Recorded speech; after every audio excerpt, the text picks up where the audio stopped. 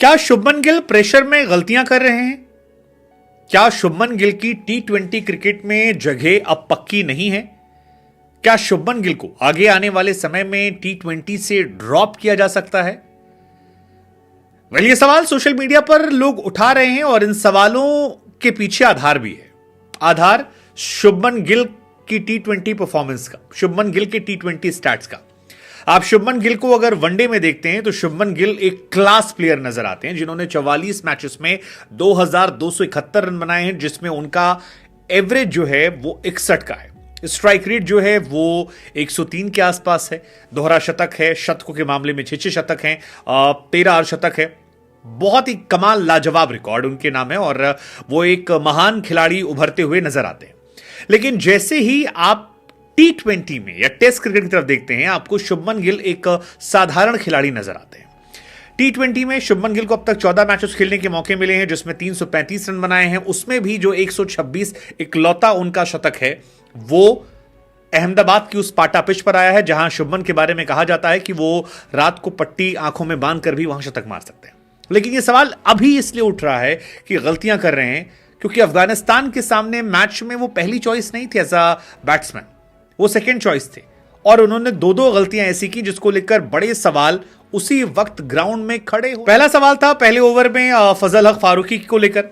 फारूकी ने एक बॉल डाली, डॉट गई थी। दूसरी बॉल जब आती है, रोहित शर्मा को बॉल करते हैं, रोहित शर्मा आगे बढ़ते हैं, एक शानदार शॉट खेलते हैं, सामने जाता है शॉट, लेकिन फारूकी इसके बाद ग्राउंड पे रहते हैं और रोहित को इब्राहिम जादरान जो है वो थ्रो से आउट कर देते हैं। अब जब ये घटना होती है तब हर कोई हैरान इसलिए होता है क्योंकि शुभमन गिल बॉलर की तरफ देख रहे होते हैं। आमतौर पर ऐसा होता है कि ठीक है, अगर आप बॉलर देख रहे हैं, वैसे आपको देखना नहीं चाहिए, लेकिन शुभमन देख रहे थे, बट गलती हो जाती है। लेकिन उस वीडियो में दिखाई पड़ता है कि शुभमन गिल हाफ क्रिश के बाद रोहित शर्मा को अपने पास आता हुआ देखते हैं। डिस्पाइट दिस वो भागते नहीं है, रोहित शर्मा को आने देते हैं।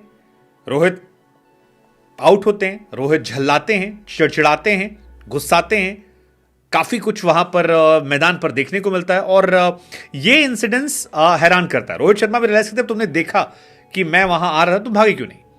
हालांकि बाद में पोस्ट मैच रोहित ने इस बात को बहुत ही हल्के में डाल दिया कि ठीक है, it's okay, part of game होता है, आई एम हैप्पी कि तुमने ऐसा किया, ये वो क्रिकेट चलता है, मैं खुश हूं कि उन्होंने छोटी सी इनिंग खेली जो इंपैक्टफुल थी, टीम का जीतना ज़्यादा इंपॉर्टेंस रखता है।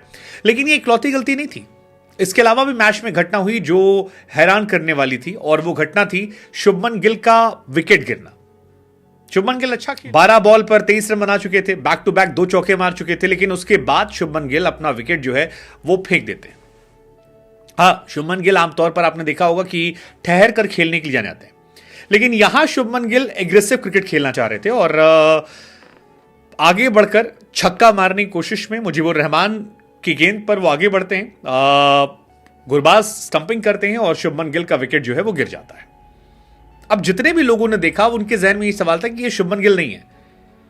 सवाल ये था कि फिर शुभमन ऐसा क्यों कर रहे हैं? उसका जवाब है कि शुभमन पर स्कोर बोर्ड का प्रेशर था, स्ट्राइक रेट का प्रेशर था और वो प्रेशर इसलिए था क्योंकि 2 तरह की खबरें आ रही है। पहली खबर जो राहुल द्रविड़ ने कही थी कि इस मैच में टी20 में रोहित शर्मा के साथ ओपनिंग करेंगे यशस्वी जायसवाल।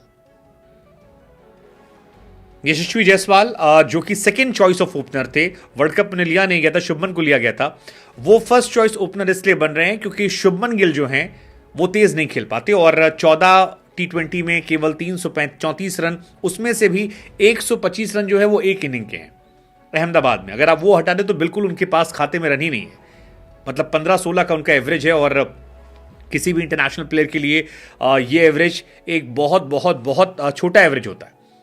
मुश्किलें उनके लिए बढ़ रही हैं, लेकिन इससे ज्यादा मुश्किल एक खबर और बढ़ा रही है और वो है विराट कोहली की ओपनिंग करने की खबर। शुभमन गिल और यशस्वी दोनों के लिए एक्चुअली खतरा है। खतरा इसलिए है क्योंकि टीम मैनेजमेंट इस बात पर विचार कर रहा है कि विराट कोहली से वो ओपन करवाएंगे।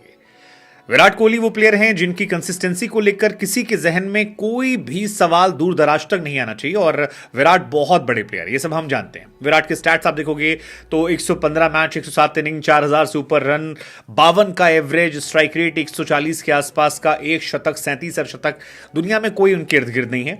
लेकिन 140 का स्ट्राइक रेट भी 3 नंबर पर है। विराट को लेकर यह माना जा रहा है कि विराट से ओपन करवाया जाएगा रोहित के साथ, और कंसिस्टेंसी और पावर प्ले में जो थोड़ी एक्स्ट्रा स्पेस मिलती है उससे आक्रामकता, इन दो को मिलाकर विराट कोहली और रोहित कमाल धमाल बवाल कर देंगे।